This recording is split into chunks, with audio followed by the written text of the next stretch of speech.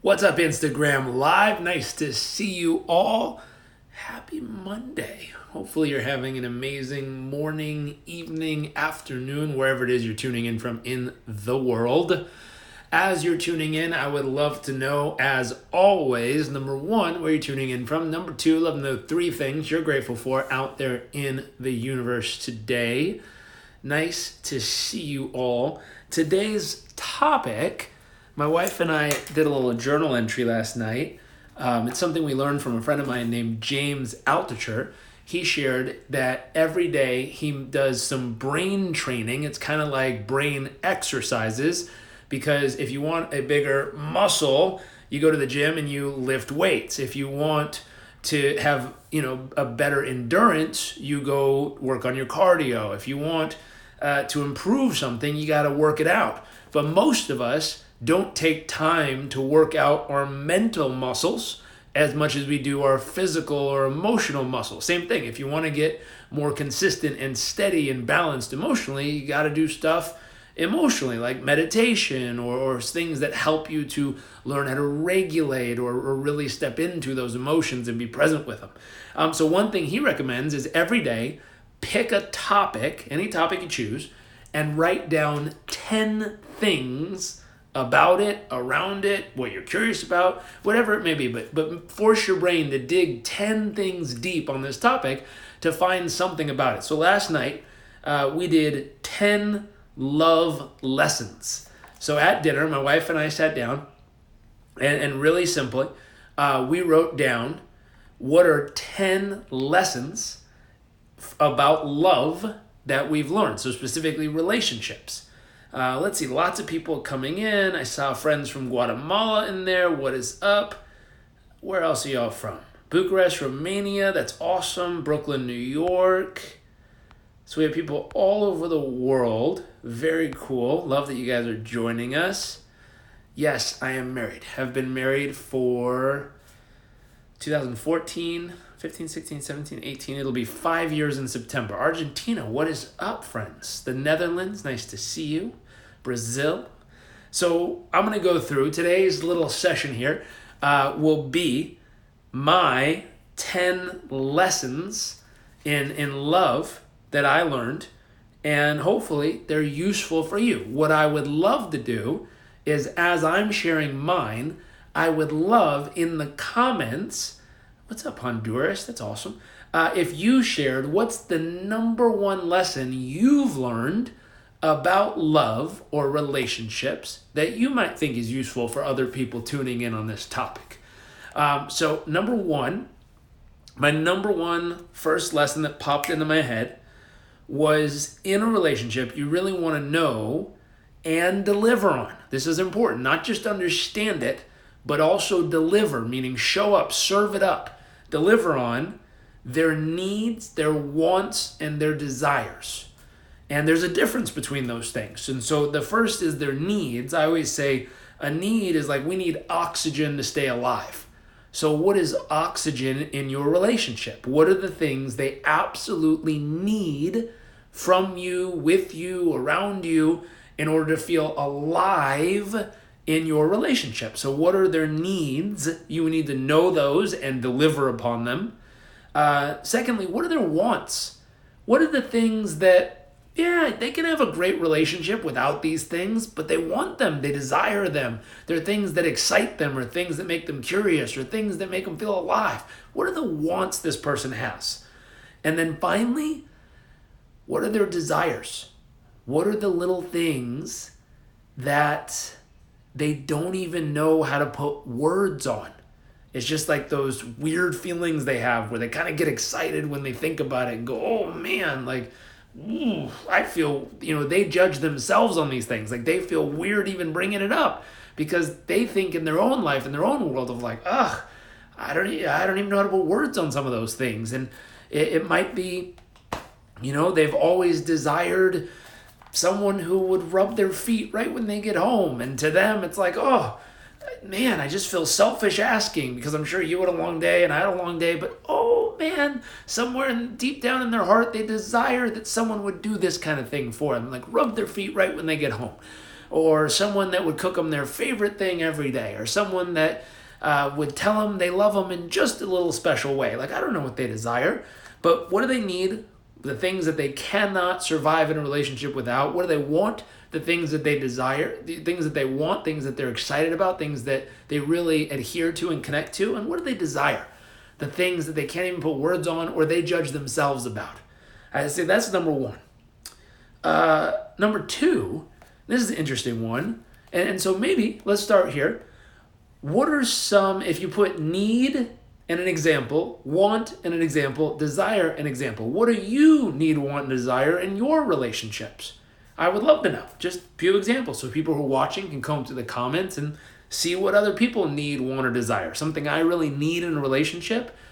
Let me think about it. What's a need I have in a relationship? A need for me is someone who, well, it's going to ruin number two. Number two is go to the relationship to give instead of to get. So a need for me in a relationship is I need to be with someone who literally is there to give, because I've literally trained myself. I wasn't always this way, but I trained myself to always go to give in a relationship. So if I land up getting together with someone who just takes, it'll end up being a one-sided relationship. So something I need to survive in a relationship, it's like oxygen to stay alive. I need someone who's there to give so that I can be giving to them and they're giving right back to me. And we just give into each other constantly. And that's our main focus. I see other things in here. Respect. I saw honest communication pop up. What was the other one? Acknowledgement I saw. So these are things people need. So what do I want in a relationship? Well, I want someone to have fun with. I want someone to travel the world with. I want someone that we can go volunteer together and really enjoy the process. I want someone that loves the laugh. I want someone, these are wants for me. And what do I desire? Well, I share those with my wife. She knows. So compassion, I see. Affection, these are all things people need or want. These are really important things. But you got to write it down. You got to write down, what do you need? What do you want? What do you desire? And then the second part is, how do you need it? How do you want it? How do you desire it? Because sometimes someone writes down, I need love. I need affection. And the other person comes over and pats him on the back, pat, and goes, love you, pal. And they're like, that's not love. That's not affection. And you got to go, oh my gosh, interesting. When they say they need love and affection, how do they want to receive love and affection?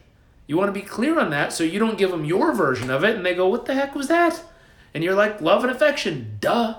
You really, truly want to connect with them in a way that they receive it. And the only way they receive it is by speaking their language, if that makes sense. So number one, know and deliver on their needs, wants, and desires. Number two, go there to give, not get. The example I always give with this one, if you show up to a relationship to get, if you drain whatever it is, their attention, affection, their love, their whatever it is, respect, if you drain it out of the relationship and it goes gone, once it's no longer there, now you have to go somewhere else to try to find it, which is why people then go to work, then people go to kids, then people go to other places to try to fill up.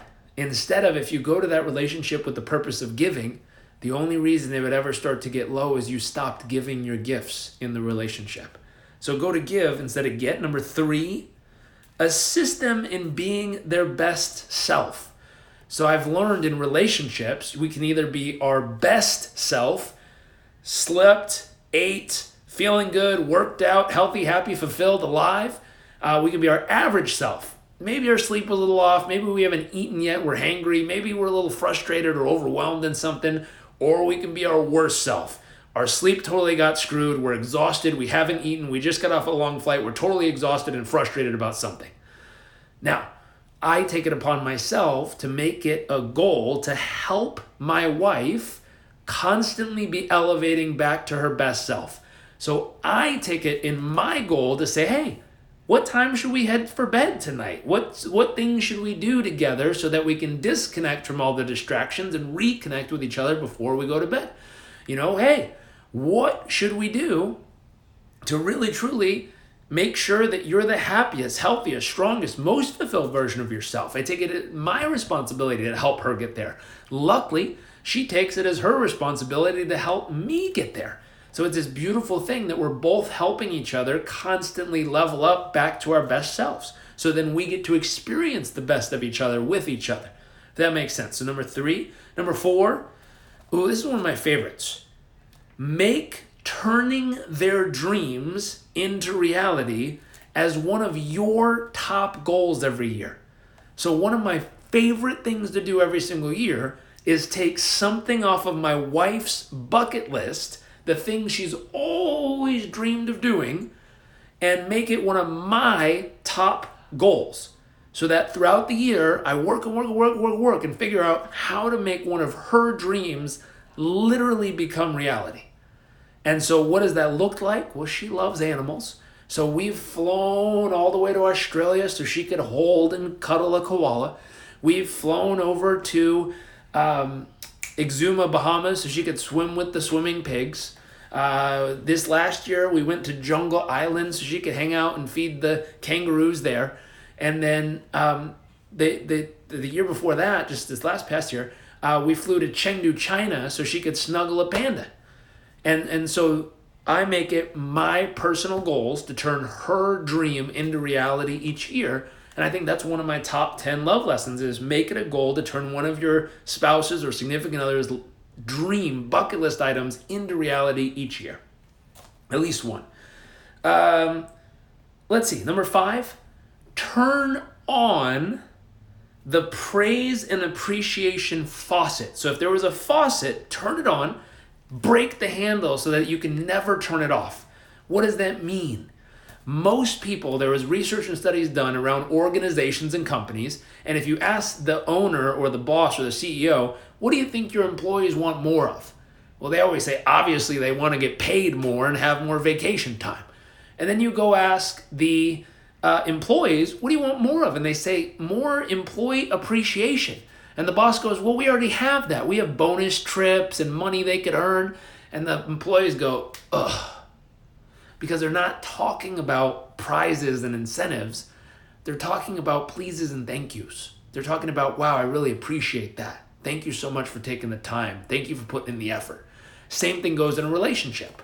What we imagine they want is all these other things, but in reality, if you turn on the praise and appreciation faucet and literally break the handle and start saying thank you for every little thing they do. Like my wife just made me an incredible little lunch here, and I walked over and I said, wow, thank you for putting in the effort and time and all the love into making this little meal for us. I really appreciate it. And then I picked up the dishes and cleaned them off and put them in the dishwasher, and she stopped, looked me in the eyes and said, hey, thank you for doing that. I really appreciate the fact that you cleaned up the plates for us. That was really kind of you. I said, hey. And then I walked in, I heard her listening to a Performance Coach University call that she's grading for one of our students who are graduating. I said, hey, thank you for doing that. I really appreciate you taking care of our students like that so well. That's all it means. It turn on the praise and appreciation faucet, break the handle, and never turn it off. Now, there's research that shows in a business, or in a relationship even, Gottman University did this research study as well, if the negative to positive ratio is even, 1-to-1, one negative interaction, one positive, you're dead. If it's 3 positive to every 1 negative, you're stable. And if it's 6 positive to every 1 negative interaction, you're growing and getting closer together. So there's also science behind this, not just a feel-good idea here, but if you turn on the faucet and break the handle, you have a chance to keep the positive to negative ratio in the right balance so that you're constantly growing and getting more and deeper connected instead of letting it fall apart. So just a thought with that. Number 6, this is really important. We travel a lot. We have lots of family, lots of friends. We have a couple businesses. We have a team. We have employees. We have all kinds of stuff going on. And something that I've learned is you got to remind yourself that every single act of communication is either an act of love or a cry for help. Now that comes from a book called A Course in Miracles, and it is something that's so important in your relationship because so often someone says something in a moment when they're their worst self and exhausted, tired, overwhelmed, frustrated, lots of chaos going on. Someone says something and all of a sudden someone else takes it personally. Oh, how could you say that? Why would you say that? Oh my gosh. And you got to realize, wait a minute, wait. Was that an act of love or is that a cry for help? And you go, oh my God, it was a cry for help. Okay, how can I help? And now you go love on the person. So it's crucial to remember act of love or cry for help with every communication, including verbal, looks, attitudes, actions, things they do or don't do, verbal, nonverbal, all the communication aspects, either cry for love or act of love or cry for help. If it ain't love, they're asking for help. How do you help? That thought is really important. Number 7, you got to master. Are these helpful so far for those of you who are tuning in? Hopefully this is useful. Hopefully this is something you can use in your life, at least one of these. Let me know if they're useful in the comment section there. Number 7, you want to master turning towards the person instead of away or against. So this comes from Gottman University. They did 30-year research study on 3,000 couples, and they figured out what was the difference between the masters of relationship or the disasters of relationship. And what they found out was one thing that the masters did were they constantly turned toward each other. Now, what this means is they put them in this apartment that they termed the Love Lab, which is a little place where they had video cameras everywhere watching these couples interact with each other. And as they were doing this in the Love Lab, they observed. And let's just say, the husband's kind of sitting there reading the paper and filling out the crossword puzzle for over breakfast. And let's say the wife's over by the window, kind of looking out, and she sees something and goes, wow, look at that. That's it. She goes, wow, look at that. And then the husband, he's sitting there with his crossword puzzle, and he has one of 3 options. He can turn against, look up, well, that's dumb, and go against what she's saying or what he's asking the person to see. They can turn away, which is, just a minute, honey, just a minute, I'm almost done with this, turning away from them. Or they can set down what they're doing, turn towards their partner and go, hey, let me see. Oh, yeah, that is interesting. Wow, check that out. So turning away, towards, or against. And they found that the people who turned towards more often than away or against, over time became the masters of relationship. Their relationship lasted. And they studied these couples, all kinds of pairing types, all kinds of religions, backgrounds, genders, nationalities, all this stuff. Over 30 years, the ones who lasted consistently turned towards each other. When their partner makes a bid for attention, like, hey babe, check this out. They stop what they're doing and they verbally and non-verbally tell their partner, I'm putting you first. There's nothing else more important than you. Versus the ones who turn away from them say, not right now. Basically telling their partner, there's something else more important than you. I'll get to you after I'm done with it, whatever it is. So you want to practice turning toward, become a master of that. And it's harder than it sounds. It sounds easy. It's actually pretty difficult to practice that consistently and nail it every time. But become a master of that. Someone asked for a quick recap. So number 1, know and deliver on their needs, wants, and desires. Number 2, go there to give instead of to get. Number 3, assist them in being their best self versus average or worst. Number 4, make turning their dreams into reality and one of your top goals at least once per year. Number 5, turn on the praise and appreciation faucet, break the handle, and do not ever turn it off. Number 6, every communication is an act of love or cry for help. So if it's an act of love, celebrate it. If it's a cry for help, figure out how to help. Number 7, master turning towards instead of away. Now we're on number 8. Understand where they are, what stage of life they're in, and what they are. Hold on, I'm trying to read my notes. Oh, where they're going. So understand where they are and what's next, where they're going. This is really important. 28 years of marriage and these tips are gold. Thank you. You're so welcome. So welcome. And so the piece here is understand what stage they're in and understand what stage they're going to next. What I'm talking about, there's 2 books written by a lady named Alison Armstrong.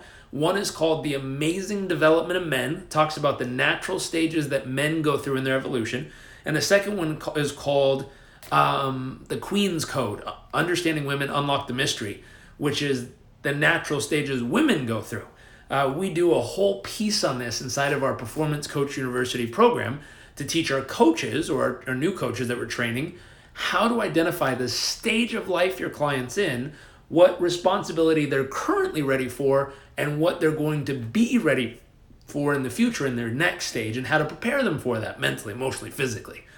Same thing in your relationship here. So the ability to understand the stage your partner's in and what they're able to take responsibility for in that stage, and then what's next, so that you understand where they're going and how to prepare for that. Number 9, master positive meanings together.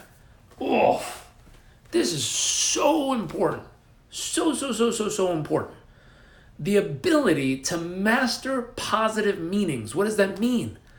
When something happens in the world, you have an opportunity to apply a meaning to it. When something happens, you have the opportunity to apply a meaning to it. Meaning, my mom literally passed away in my arms this past Thursday evening at her home in Asheville, North Carolina. Now, my family has reacted in all different ways. Some people are devastated because it means she's gone forever. Totally normal reaction. They're very upset about it. Personally, I have so much peace in my heart right now because the meaning for me is she's out of pain. She was in so much pain in those last few days. And so it's beautiful to know that she is out of that pain. Truly, in my heart, it feels warm knowing that she gets to get out of that pain and have more freedom back in her spirit, being abundantly free to move and be and not be stuck in that body with that much pain any longer. And so mastering the meaning changes those moments dramatically. Because does it mean it's the beginning of something beautiful for her? Or does it mean that it's the end of something that no longer exists? And the ability to adjust the meaning in your mind changes everything. Changes how you feel, changes what you do, changes what you think about, changes everything. And so especially in your relationship, y'all are gonna hit hard times, period. That's not a if they happen kind of thing. Like, it's gonna happen. Everyone goes through tough times in their life. Mastering the meaning together will absolutely transform how you go about that journey together. Because if every time something happens, you create a horrific negative meaning, I guarantee you're gonna struggle as a couple. And if every time you go through the hardest things together, but you created a meaning that empowers you both, strengthens you both, and really truly builds each other, oh man, you can make it through some of the toughest moments and still be striving together, still be connecting together, still be loving together. So mastering meaning and squashing the little monsters when they're small.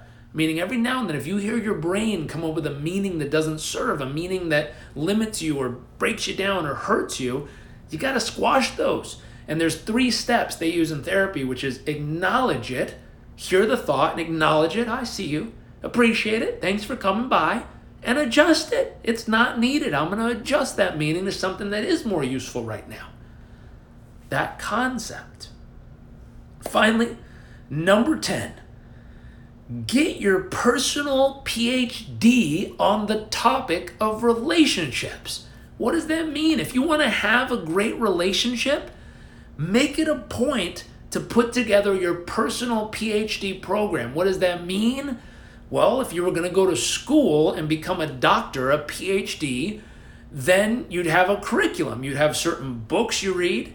You'd have certain classes to take. You'd have certain programs to go through. You'd have certain education requirements to achieve or certain exams to take. Do the same thing for yourself in your relationship.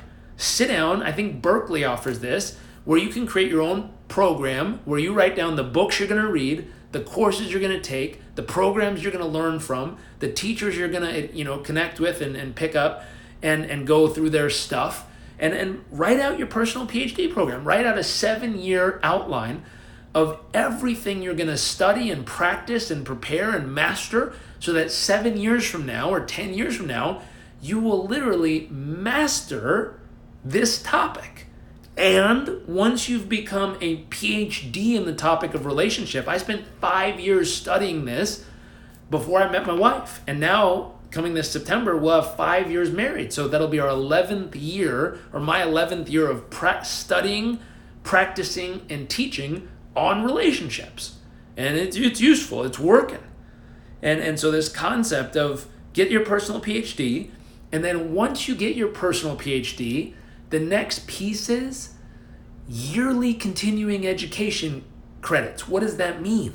That means every year finding a way to reinvest in getting a little bit more education to add to your toolbox. So let me give you an example. If I go over here real quick, let me grab this. This was my certificate of graduation for level 1 clinical training of the Gottman Method Couples Therapy, Bridging the Gap Couple Chasm. And so, real simple, all that means is, this year, my 3 days of continuing education was getting together with these amazing therapists and learning 3 days worth of content of things and tools and strategies I can apply in my relationship to have a better relationship. And so every year I go to at least one program like that to learn. So mine is learn it. So learn all the information, live it, apply it in my own life, and then do stuff like this. Give it, pay it forward, help you all learn this stuff and apply it in your lives. So that's the final one, number 10. Get your personal PhD on the topic, and then make it a point that every single year you get those continuing education units. Hopefully this is useful. Hopefully you can apply this. I'm going to see if I can save this video. If I can, I'm going to send it over to our team and have them populate it over on YouTube so you can rewatch it if you'd like, and on Facebook as well. And then hopefully back on here. So hopefully it's useful. Have a great morning, evening, afternoon. God bless, and I'll talk to you all soon.